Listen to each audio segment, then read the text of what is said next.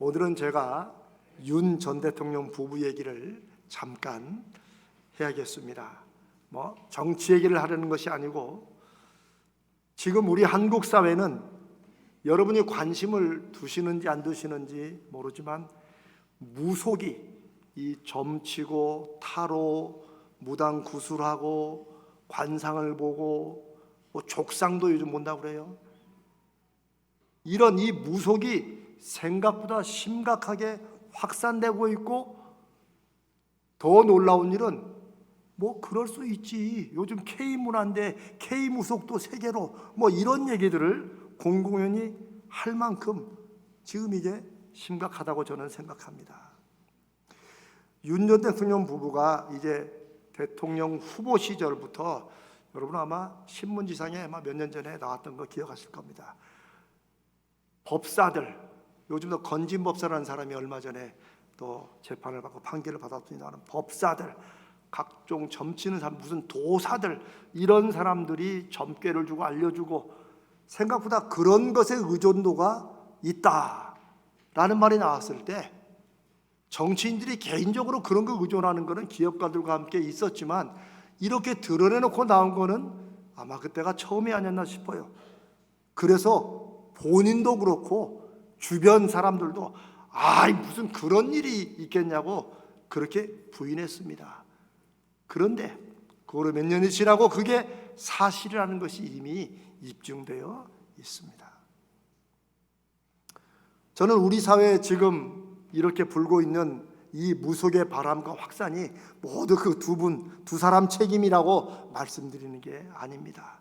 그러나 인류 역사를 보면 아무것도 아닌 것 같던 작은 사건 하나가, 때론 사람들이 그냥 지나치는 어떤 일 하나가 돌아보니 그게 그 후 사회와 시대의 역사를 바꾸는 이런 굉장히 의미심장한 부정적인 면에서나 긍정적인 면에서나 그런 일이 있다는 것을 우리는 역사를 통해 배우게 되는데, 저는 윤 전 대통령 부부의 이 무속에 대한 심취와 관심과 이분이 대통령이 되어서 했던 이런 일들이 분명히 앞으로 우리 사회에 하나의, 저는 앞으로 정말 좋은 일들이 일어나길 바라지만 하나의 아주 좋지 않은 그런 선례와 계기가 될 것이라고 생각합니다. 여러분, 사실은 우리 기독교인 중에도 연초나 무슨 일인데 살짝 가서 점 보고 이런 일이 많은 수는 아니지만, 저 어렸을 때도 그랬고, 지금도 심심풀이로 보는 거지 그걸 믿나? 이렇게 시작합니다.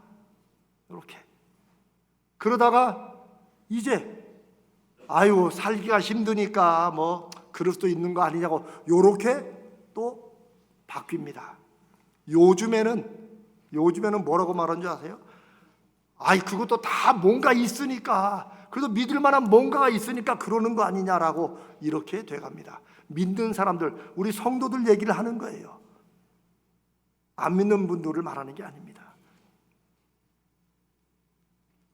아무리 정치적 목적을 위해서라고 하지만 우리나라의 대표적인 이단인 통일교, 신천지로부터 대규모 당원 입당을 받고 후원금을 받고, 그리고 그 대가로 그들이 사회, 문화 여러 분야에서 공식적으로 관여할 그런 길을 열어주었다는 사실은,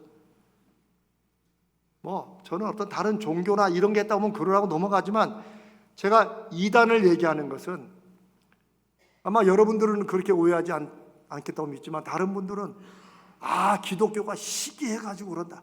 여러분, 기독교가 시기할 게 없어서 이단을 시기하겠습니까?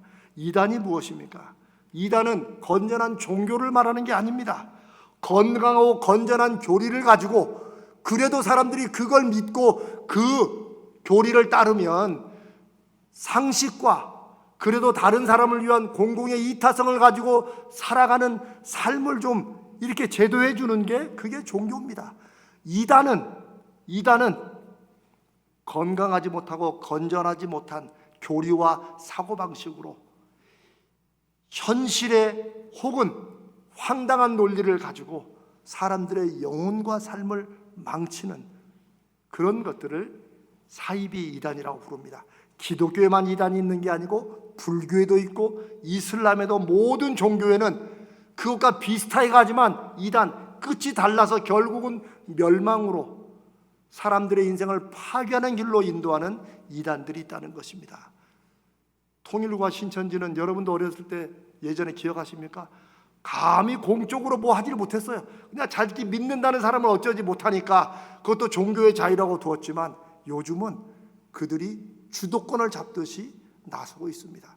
이게 종교적인 무슨 지금 겨루기 무슨 시합을 하는 거라고 생각하십니까?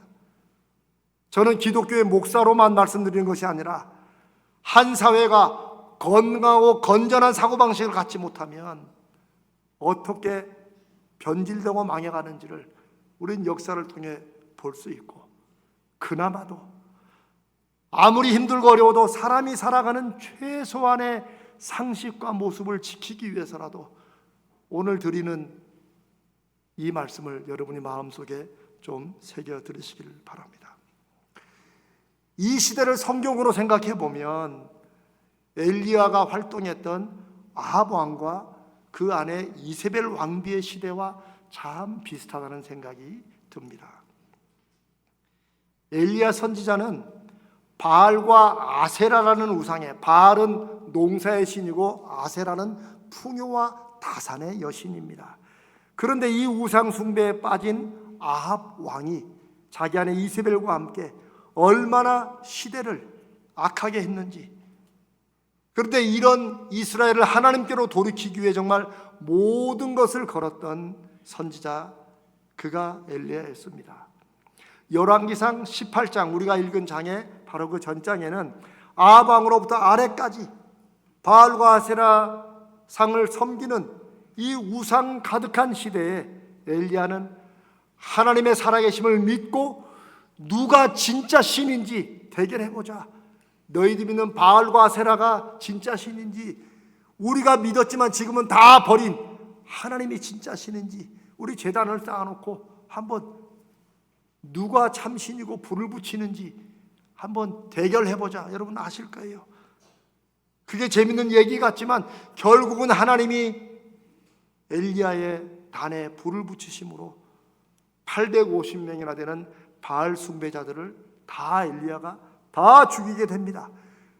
끔찍한 일이고 놀랍기도 하지만 여러분, 이 정도 했으면, 그 놀라운 일을 봤으면 이스라엘이 그래도 조금은 이게 우리가 그냥 뭔가 있겠거니 하고 믿었던 이런 무속이나 바알이 그게 아니구나 이래 돌아설 만도 한데 오히려 정반대가 되었습니다. 그게 19장입니다.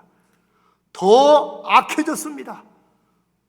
바알 주자들은 더 단단히 모였고 그들의 두목인 아합과 이세벨은 도리어 엘리야만 죽이면 모든 것이 끝날 줄 알고 엘리야를 죽이려고 전국적인 소탕 작전에 나서는 것이 열왕기상 19장 1절부터 시작된 일입니다. 여러분, 몇 천년 전 일이니까 우리와 상관없다고 생각하시지 않겠죠? 성경은 거울처럼 오늘 이 시대를 비춰주고, 그리고 우리가 나누는 말씀은 엘리야의 얘기를 하는 것이 아니라 하나님은 이 시대에 저와 여러분 얘기를 하고 계시는 것입니다.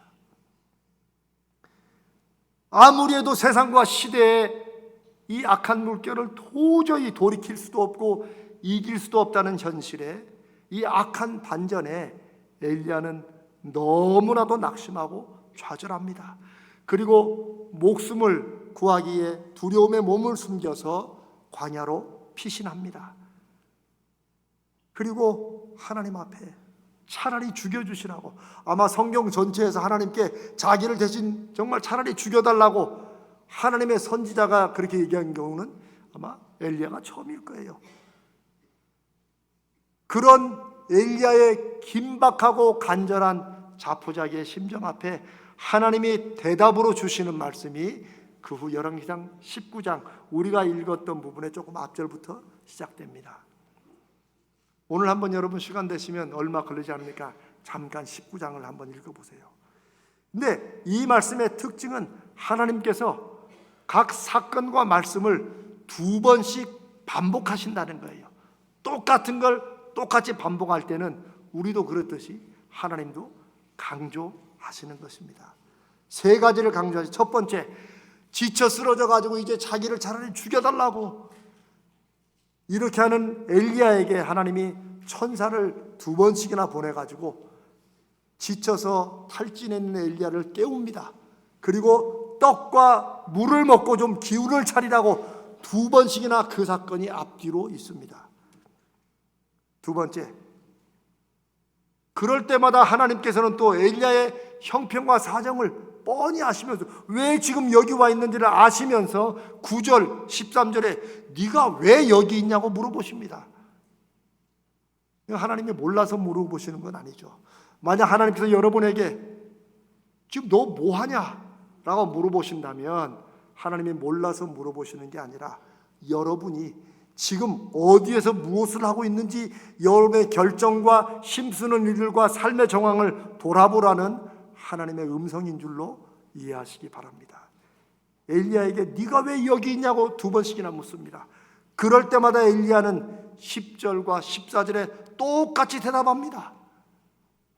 하나님의 선지자들을 저 바알 숭배자들이 다 죽였고 이제는 나 혼자 남았는데 저마저도 죽이려고 합니다. 엘리야의 이 대답은 자신의 목숨이 위태로워서 두려워 떠는 것이 아니라 하나님의 이름으로 목숨 걸고 싸웠지만 점점 오히려 더 악해지는 현실 앞에서 이거 내가 한다고 뭐가 되겠나? 이거 뭐 교회 다니는 게 뭐 다 남들처럼 그렇게 하지, 내가 뭐 무슨 특심이라고 하나님의 뜻을 위해 살고 믿음으로 살고 믿음의 싸움을 싸우고 뭐 이래야 되나? 당장 먹고 살기도 바빠 죽겠고 내일 모레 갚아야 될 무언가도 있고 정말 살 소망까지 끊어지는 것을 엘리야도 경험했고, 혹 여러분들이 그런 상황이나 그런 마음을 경험해 보신 적이 있으시면 지금 하나님의 말씀을 들으시기 바랍니다. 그런 엘리야에게, 그런 저와 여러분에게 하나님이 대답하시는 것이 15절부터입니다. 제가 여러분 아까 읽었지만 잠깐 한번 읽어보겠습니다. 여러분의 그런 간절한 상황을 놓고 하나님이 뭐라고 대답하시는지 들어보세요. 여호와께서 그에게 이르시되 너는 네 길을 돌이켜 광야를 통하여 다메섹에 가서 거기 이르거든 하사엘에게 기름을 부어 아람의 왕이 되게 하고 너는 또 님시의 아들 예후에게 기름을 부어 이스라엘의 왕이 되게 하고 사밧의 아들 엘리사에게 기름을 부어 너를 대신하여 선지자가 되게 하라. 뭐 하라는 거예요? 그냥 다음 사람들을 이렇게 세우라는 거예요. 얼핏 들으면 대체 하나님이 무슨 말씀을 하시는 건지 이게 좀 연결이 안 되는 그런 말씀처럼 보입니다. 그런데 여기에 나타난 하나님의 뜻은 17절 약간 흐릿하지만 18절에 와서 너무나도 놀랍게 나타납니다.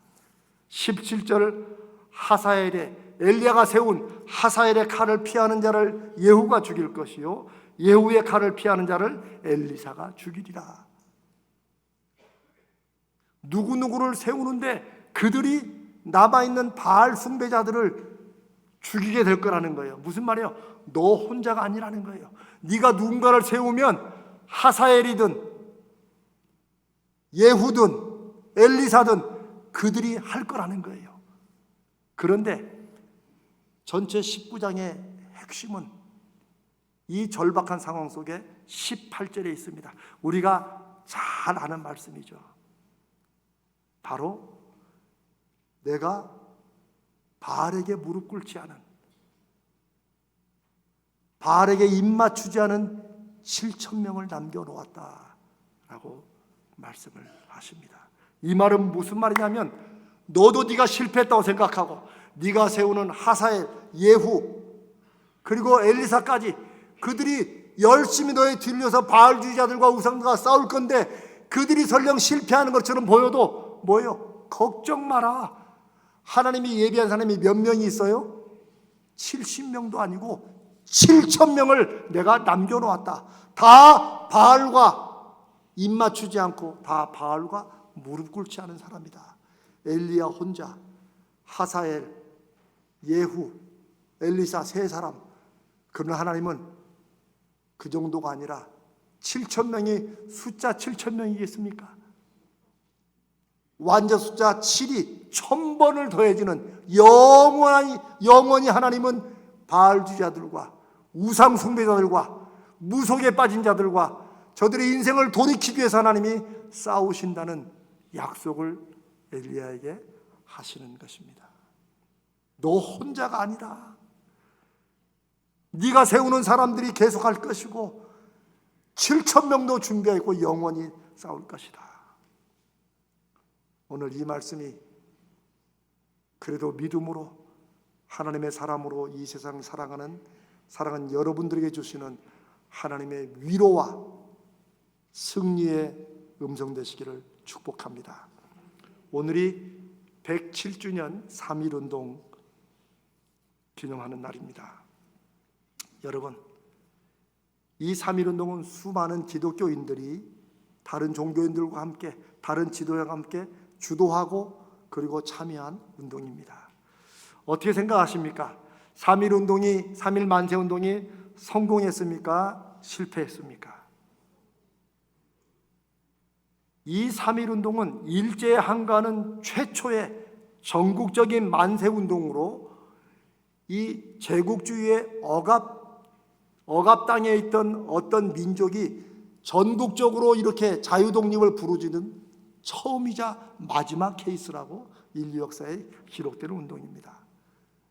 그거 보면 의미는 있는데, 그런데 이 3.1 만세운동 이후에 오히려 일제 박해와 집요한 독립운동하는 사람이나 만세하는 사람들, 유관순 이런 사람들 소탕작전은 훨씬 거세졌고, 그리고 이걸로 인해서 독립이 올 거라고 잠시나마 기대했던 모든 조선 민족들은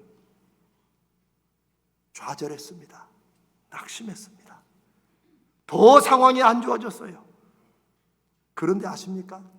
그 3.1운동을 계기로 이제는 몇몇 사람들이 이렇게 소그룹으로 했던 독립운동들이 각 지방마다 일어났다는 사실이에요. 그리고 전국적인 조직을 갖추기 시작했다는 거예요. 우리가 잘 아는 임시정부, 김구주석을 중심으로 시작했던 이 임시정부가 언제 시작된 줄 아십니까? 1919년 4월 11일, 즉 3.1운동 한 달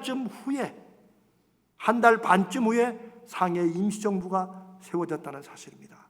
3.1운동의 결과라고도 볼 수 있지요. 사랑하는 여러분, 사람의 3.1운동은 실패해도 믿음의 사람들이 참여한 그 희생과 수고에는 하나님이 7,000명을 남겨놓으셔서 그 일을 계속하시듯 불을 붙였고 결국 이 나라는 일제로부터 독립을 얻게 되었습니다. 그리고 3.1운동이 그렇게 시작된 지 107년이 지났습니다. 아합과 이세벨이라는 우리에게는 익숙하지 않은 이름의 이스라엘의 어떤 왕의 시대는 바알 숭배의 시대였고, 그들은 바알에게 무릎을 꿇고 살았습니다. 근데 여러분 생각해 보세요. 바알에게 무릎 꿇은 사람들이, 바알과 아세라 신을 섬기는 사람들이 막 안 믿으면 죽인다고 막 협박하고 위협해가지고 어쩔 수 없이 전 이스라엘이 무릎 꿇고 바알을 섬기며 살았을까요? 제가 다른 질문을 해보겠습니다. 일제 강점기에 친일을 했던, 소위 친일파라고도 지금 부르는 친일을 했던 사람들이 친일을 안 하면 죽이겠다는 일제의 압박과 위협과 협박 때문에 어쩔 수 없이 친일을 했습니까? 이 두 가지 답은 똑같습니다. 그렇지 않습니다. 아합과 이세벨 시대의 바알 숭배자들도 그리고 친일한 사람들도 다 시대를 빨리 읽은 거예요. 자기들이 잘 먹고 잘 살 수 있는 길은 바알을 붙잡고 아세라를 붙잡고, 왜? 왕비도 그렇게 나가니까, 모두 다 그렇게 믿으니까. 친일도 마찬가지예요. 그래서 성경은 바르게 무릎 꿇는다는 말을 바르게 입맞추었다라고 옆에다 같이 쓴 거예요. 자신의 영달과 성공을 위해 자발적으로 무릎을 꿇은 사람들이 바로 아합왕과 이세벨 시대에 엘리야가 보았던 사람들입니다. 예수님은 마귀에게 3번 시험 당하면서 마지막 3번째에 마귀가 높은 산에 예수님을 데리고 가서 천하만국의 모든 좋은 것을, 부귀영화를 다 보여줬다고 했어요. 그리고 나에게 무릎 꿇으면, 나를 경배하면 이 모든 것을 주겠다고 그렇게 시험을 합니다. 그때 예수님은 오직 주 너의 하나님만 섬기고 경배하라. 이게 무슨 정답 같지만 정말 인생의 정답입니다. 눈에 보이는 영달과 부귀영화를 위해 내가 바알에게 무릎 꿇고 무속에 무릎 꿇으면 당장 뭔가 되는 것 같지만, 우리 주님 말씀하신 대로 이 세상과 이후까지 주관하시는 그분을 생각하고 두려워하라는 말씀. 주님도 그렇게 시험을 통과하셨고 2000년 기독교 역사 속에 수많은 사람들도 그렇게 통과했고, 오늘 2026년을 살아가는 저와 여러분도 이 시대의 흐름 앞에 누구에게 무릎 꿇을 것인가, 누구와 입맞추며 살 것인가 하는 그런 결단을 우리가 받고 있는 것입니다. 목사님 점 보고 타로 보는 거, 요즘에 타로는 젊은 사람들 문화에 한 번쯤 가서 이렇게 재미로 보는 건데 너무 심각하게 그럴 수 있을 것입니다. 그러나 재미로 할 수 있는 것과 재미로 해서는 안 되는 것이 있다고 저는 믿습니다. 여러분, 추석 설날에 여러분 화또 고돌이 하십니까? 그거 재미로 할 수 있습니다. 저도 식구들하고 지금은 못하지만 종종 합니다. 식구들이 안 와가지고 할 사람이 없어요. 이거를. 그건 재미로 하는 거예요. 그러나 이게 어떻게 될지 모르고 우리 둘이 잘 사귀게 될까요? 타로를 보고 관상을 보고 우리 며느리 될 애가 이게 잘 맞을까요? 이거는 재미로 할 수 있는 게 아닙니다. 그 틈을 파고드는 무언가가 있는데 성경은 그게 귀신이라고 말합니다. 제가 더 설명하면 길어질까 봐 오해 말씀드리겠습니다. 다른 사람들은 모르겠지만 하나님의 사람들은, 예수 믿는 사람들은 재미로 할 수 있는 것과 아무리 그래도 재미로 해서는 안 될 일이 있고, 예수 믿는 사람들은 남들 다 한다고도 해서는 안 될 일이 있고, 남들이 다 안 해도 우리는 믿음 때문에 해야 될 일이 있다는 것, 그것을 믿고 그것을 가지고 살아가는 사람들입니다. 성경은 그 말씀을 오늘 저와 여러분에게 하시는 것입니다. 여러분, 점을 여러분도 한두 번 보셨습니까? 주변에 점 보는 분들이 있으면 물어보세요. 야, 너 점 볼 때 혹은 너 굿할 때 그 나라와 민족의 장래나 혹은 주변에 어려운 이웃들이나 이 세계의 기아 문제나 혹은 지금 우크라이나 러시아 전쟁이나 이런 문제를 놓고 너 점 본 적 있냐? 한번 물어보세요. 있을까요? 없을까요? 없습니다. 그런 걸로 점 보는 사람은 그래도 제가 다시 볼 거예요. 아닙니다. 점을 보고 구슬하고 무엇을 하는 이 무당은 다 개인의 화와 복에 초점을 두는 거예요. 좀 이런 말 그렇지만 어떤 면에서는 세상은 어떻게 돌아가도 나만 아니면 돼, 나만 복을 받으면 돼, 이런 식으로 자꾸 잘못 인도하는 게 점과 관상과 타로, 무속들이라는 것입니다. 저는 한국에 제가 17년 만에 다시 돌아왔을 때 예능의 어떤 프로에서, 제가 이름을 좀 해서 미안합니다마는 강호동이라는 분이 그 무슨 예능 프로그램에서 서로 벌칙을 받는 게임을 해서 몇 사람이 걸리는 거예요. 근데 강호동 이 사람이 자기가 안 걸릴 때마다 막 그 체격 큰 사람이 환호를 하다가 나만 아니면 돼. 근데 저는 그때 충격을 받았어요. 아무리 재미있자고 하는 거지만 나만 아니면 돼. 물론 그분 탓을 하는 건 아닙니다만은 어떻게 하다 보니 저와 여러분이 살고 있는 이 시대가, 제가 다음 주에도 좀 잠깐 다른 말씀을 나누겠습니다만은 우리가 우리 자녀들과 우리 젊은 분들은 자기 인생을 열심히 살아가는 이 시대가 아무리 발버둥 쳐도 안 되는 이유가, 어떤 사람들은 나만 아니면 돼, 법을 바꾸고 뒤집고 뭘 하든지 간에 나만 괜찮으면 돼, 내 식구만 괜찮으면 돼. 이게 무속에 빠진 사회, 무속을 중심으로 운명을 점치는 사회가 생각 없이 빠져들어가는 모습입니다. 그러나 성경은 나만 아니면 돼 반대로 말씀하지 않습니까? 그래서 예수 그리스도가 온 인류의 죄를 지고 대신 죄 없이 죽으신 거 아닙니까? 나만 아니면 돼, 이런 세상과 내가 다 감당하겠다고 하는 이 정반대의 믿음을 우리가 예수의 제자로, 예수의 사람으로 살아가는 것입니다.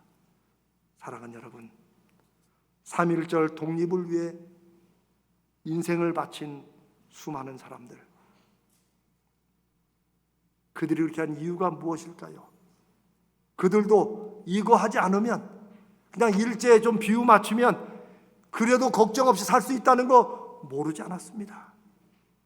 그러나 오늘 말씀처럼 바알에게 무릎 꿇지 않고 바알에게 입 맞추지 않은 엘리야 같은 사람들, 하나님이 남겨놓으신 7,000명 같은 사람들, 독립운동의 참여자들, 이 시대에도 이런 말씀을 함께 들으며 다시 삶의 방향과 목표를 돌아보는 그런 저와 여러분이 이 시대에 하나님의 일을, 하나님의 역사를, 힘들고 어려운 시대의 이웃들을 생각하며 나만 아니면 돼가 아니라 내가 나를 위해 좋은 걸 생각하듯 그 좋은 것을 이웃들도 함께 나누고 그들과 함께 살아가는 사회를 위해 애쓰는 그런 믿음의 행보가 저와 여러분의 사명이 되어야 된다고 믿습니다.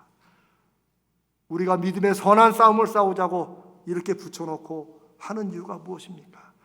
하나님의 사람들에게 사명이 있다면 바로 나만 아니면 돼를 주관하고, 무속이든 무슨 어떤 귀신의 힘을 빌어서라도 내가 이거 잘 되기만 하면 되는, 이렇게 돌아가는 세상 속에